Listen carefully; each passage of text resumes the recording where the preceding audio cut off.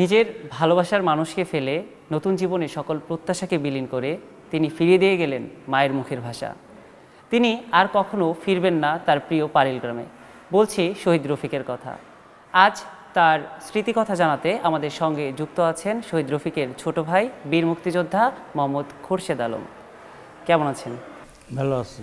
এইখানে দর্শনার্থীরা যখন আসে তারা আসলে তার ব্যবহৃত 4টি চেয়ার, একটি টেবিল এবং তার হাতে সেলাই করা একটা টেবিলের কাভার এবং তার একটি পাঞ্জাবি লুঙ্গি আমরা দেখতে পাই। তো এই যে যখন আমরা এই হাতের কাজ করা টেবিল ক্লথের কথা আসে, তখন তার সঙ্গে তার দাদির সম্পর্কের বা তাদের দুজনের যে এত একটা ভালোবাসার সম্পর্ক ছিল, বড় নাতি হিসেবে হোক আর যেভাবে হোক, একটু ওই পারিবারিক গল্পটা একটু জানতে চাই আপনার কাছ থেকে। ছোট সময় থেকে রফিক একটু চঞ্চল ছিল আর কি। বড় সন্তান, বাবার বড় সন্তান, তো এখানে তো আদর যত্ন, আত্মীয় স্বজন, দাদি, মা, খালা সবাই আদর করত। তবে সে ছোট সময়টি চঞ্চল ছিল, ওই খেলাধুলার দিকেও খুব একটা ঝুঁকি ছিল, নিজে হাতে সেলাইপুরি করছে এগুলা। তার স্কুল কলেজেও তার ওই লিডারি করছে, ক্লাব চালাইছে। একবার ওই গাছে থেকে পইরা তার হাত ভাঙলো। আমাদের ব্যবসা ছিল ক্যালকাটাতে, বাবা ঢাকা ক্যালকাটায় নিয়ে গেল।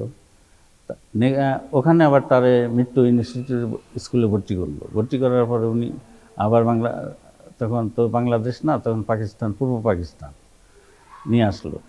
আইসা উনি বাইরা হাই স্কুলে তখন ভর্তি হলো।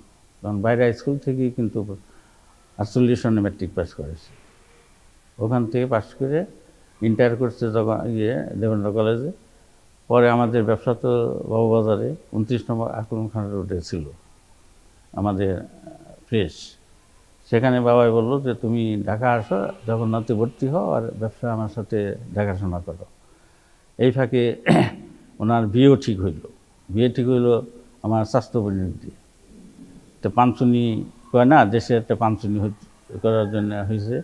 তো বাবাই তাকে বললো যে রাষ্ট্রভাষা বাংলা নিয়ে খুবই উত্তাল, তুমি তো বাইরে যাও না, আমি দেশে যাইতেছি দিন তারিখ করার জন্য। তাকে রেখে বাবা চলে আসে বাড়িলে এসে দিন তারিখ করার গেছে। তখন তার এত সুযোগ ছিল না, যোগাযোগের কোনো ছিল না। এরমে তো ফেব্রুয়ারি 21 তারিখের আগেও রাত 10:30 পর্যন্ত আমার ভগ্নিপতি মোবারক আলী খান তখন আলু বাজারে তার কারখানা। তখনও সে আমার ড্রেস যে এখন পরা আছে এরকম সে ওই ড্রেসটা পরা। তখন তাকে বলছে তুমি এই মুহূর্তে কিন্তু মিছিল মিটিংয়ে যাও না, মামা গেছে দেশে তোমার দিন তারিখ করার জন্যে বিয়ের। কিন্তু বাধা অতিক্রম করে উনি যখন চলে আসছে মেডিকেলের এখানে, তখন মেডিকেলের এখানে আসার পরে যখন গুলি ছুটছে আর্মিরা, তখন প্রথম গুলি কিন্তু রফিকের লাগে। প্রথম গুলিতে সে মারা যায়। আর বরগতের সালামের জব্বার এদের লাগছে, এদের আহত হয়েছিল, এরা পরের দিন মারা যায়। তো লাশ আমাদের ওইভাবে তা দেয় নাই।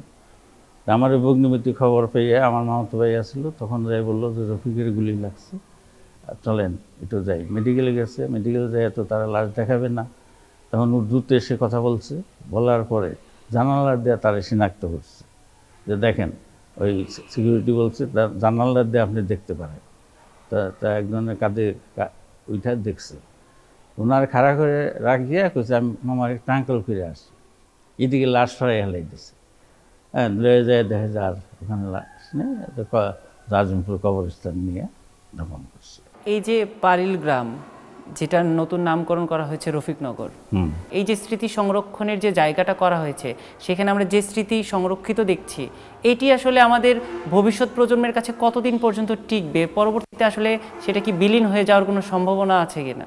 তো এখন আমি যতক্ষণ বাঁচা আছি, আশা করি ততক্ষণ তো ধরে রাখার চেষ্টায় আছি। ভাতিজারা আছে, ভাইয়ের সন্তানও নেই, কিন্তু তারা ওই যোগাযোগ একটু বিচ্ছিন্নই থাকে। ওই ফেব্রুয়ারি আসলে তখন আসে, ওই দিনে আসে। তা আমি এদেরকে মাঝে মাঝে রাগও করি যে খালি ফেব্রুয়ারিতে গেলেই তো হবে না, প্রতি সপ্তাহে অন্তত যাইতে হবে সবার। যেহেতু প্রতিষ্ঠানটা এখানে করে দিছে রফিকের জন্যে, তাই না? তাহলে তোমরা যদি না যাও তাহলে তো এটা হয় না। আশা করি এটা বিলীন হবে না। আর বইগুলো তো আমরা অনেক বই, প্রায় 10,000 বই আছে এখানে।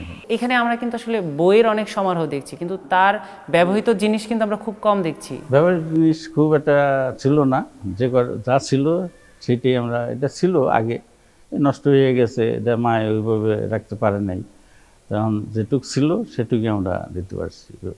ব্যবহার তো অবশ্য অনেক জিনিসই ছিল। একটা লোকের আমাদের এই যে আমরা এখন বসবাস করতেছি, আমার তো জিনিসপত্র কম নাই, কিন্তু এগুলো হয়তো ওইভাবে রাখে নাই আর কি, নষ্ট হয়ে গেছে। আমরা তো জানি শহীদ রফিক আমাদের বাঙালির হৃদয়ে আছে, কিন্তু এই যে তার নামে যে পাঠাগারটি এখানে স্থাপিত হয়েছে, এইটা আসলে এলাকাবাসীর মধ্যে কেমন প্রভাব বিস্তার করেছে? এলাকাবাসী যথেষ্ট সন্তুষ্ট যে এই জিনিসটা হওয়ার পরে এলাকাবাসী খুবই অনুভূত হচ্ছে তাদের, যে এটা না হইলে এই এলাকা অন্ধকার ছিল, অন্ধকারই থাকতো। তখন রফিকের এই প্রতিষ্ঠানটা হওয়ার পরে দেখেন না, রাস্তাঘাট মোটামুটি এখন যোগাযোগ আছে, ভালো যোগাযোগ। এখন ঢাকায় থেকে আমাদের খুব একটা এখন সময় লাগে না, যদি রাস্তা জাম না থাকে আরও তাড়াতাড়ি চলে আসা যায়। আমরা তো অনেক বিষয়ে কথা বললাম, তবে আমরা যত কথাই বলি না কেন, শহীদ রফিকের অবদান বাঙালি কিন্তু কখনো ভুলতে পারবে না, আমরা অস্বীকার করতে পারবো না। আপনি তার পরিবারের সদস্য হিসেবে তো অবশ্যই গর্বিত। আমি জানতে চাই যে এই পাঠাগারটা আপনাকে কতটুকু গর্বিত করেছে? এই প্রতিষ্ঠানটা হওয়ার পরে তো আমার পরিবার পক্ষ থেকে আমরা গর্বিত, এলাকাবাসী গর্বিত। হ্যাঁ, যে যে পতাকাটা হওয়ার পরে এই এখন এরা আসতে পারে, এখানে বসতে পারে,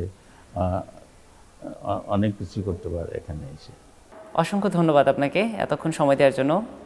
ভাষা শহীদ রফিক গ্রন্থাগার এবং স্মৃতি জাদুঘর নিয়ে আপনার যে পরিকল্পনা, আমরা চাইবো সেগুলো খুব শীঘ্রই আলোর মুখ দেখবে। আপনাদেরকেও আমার পক্ষ থেকে, পরিবার পক্ষ থেকে ধন্যবাদ জানাচ্ছি যে আপনারা এই সময় যে আমার কাছে আইসা সময় নষ্ট করলেন, তাতে আমরা পরিবার পক্ষ থেকে গর্বিত।